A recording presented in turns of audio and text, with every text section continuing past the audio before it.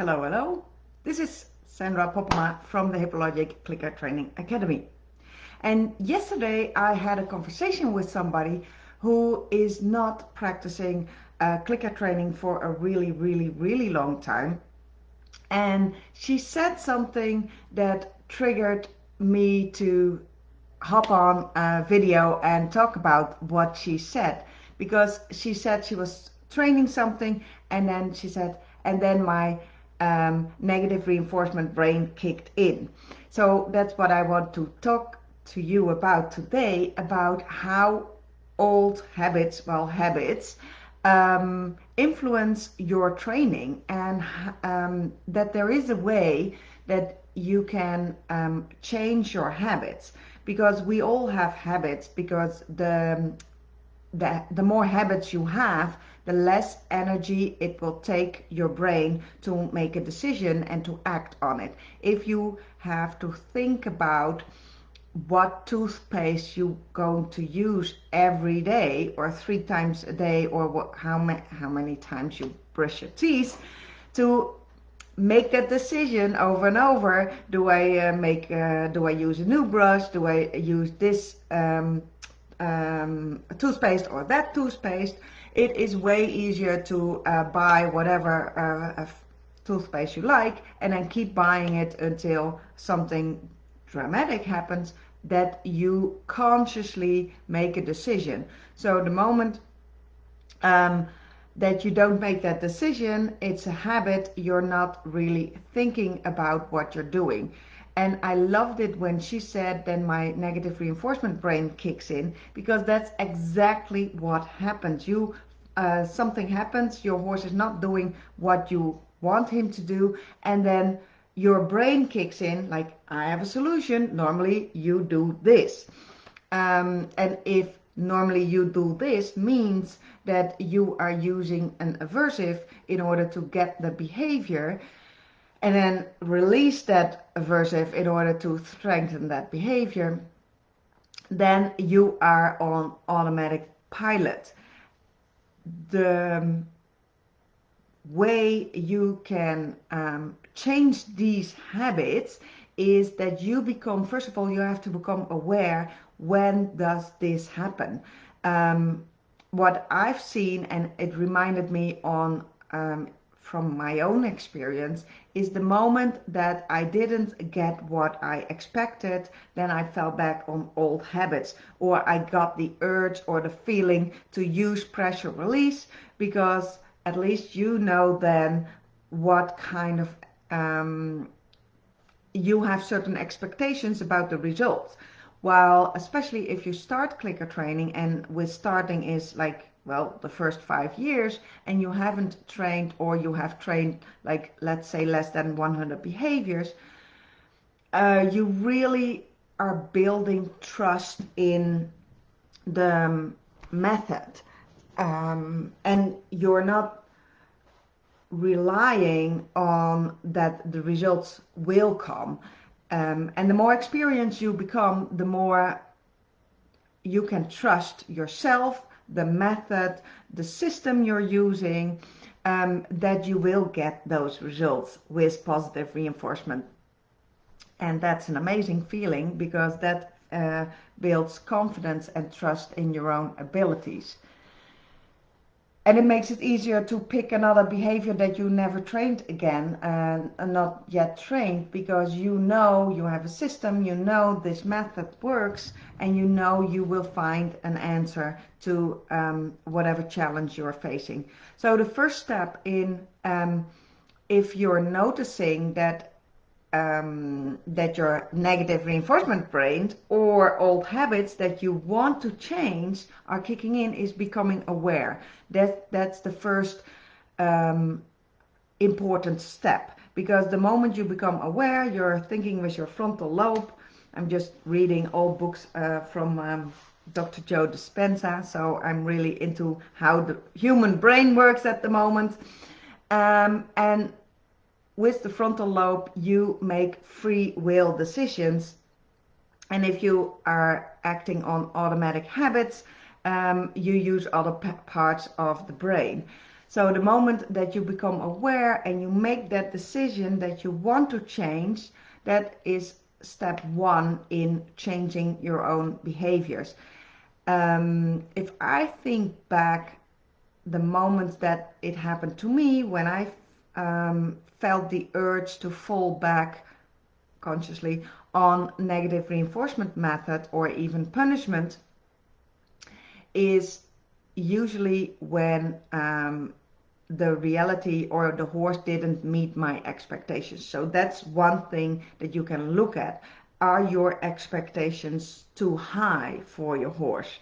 Is it even possible for your horse to learn whatever you want to teach him in that certain amount of time?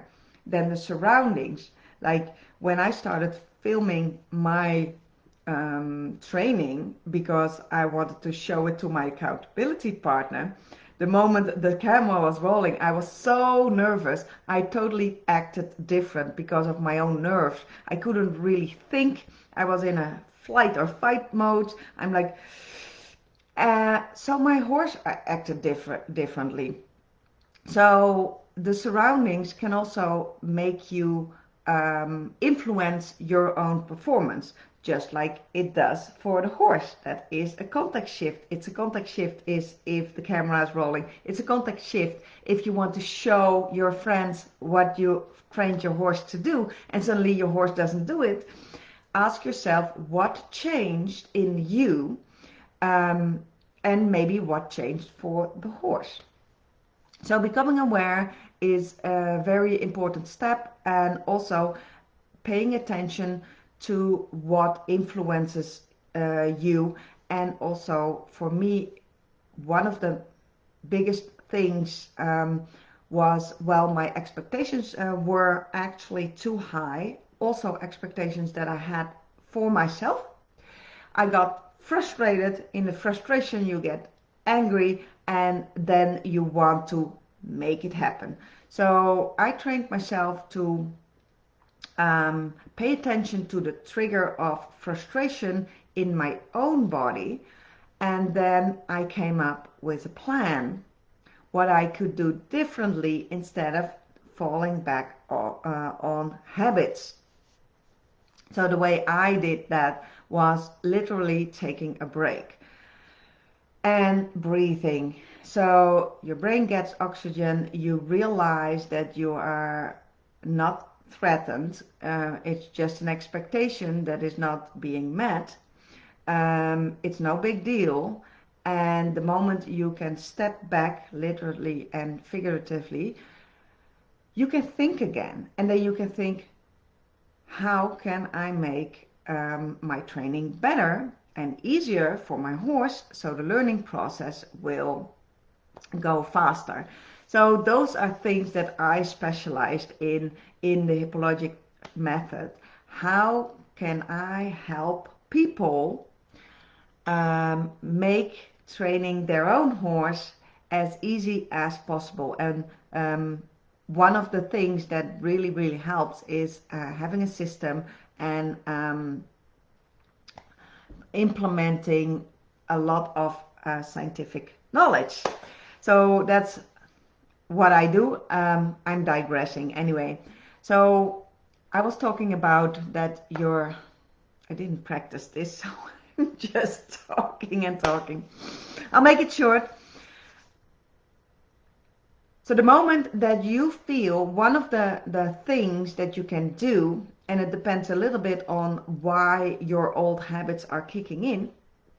For me, one thing that I can remember is frustration. Then my old habits, I fall back on my old habits because then you don't have to think about it, and you get results with negative reinforcement.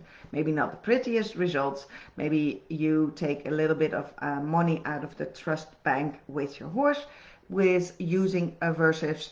But in that moment, I wasn't thinking about that. And until I got to train my brain to think about that. And one of the things that really helped me is whenever I train myself, the trigger is feeling frustration or anger or another negative emotion that I really don't want to feel.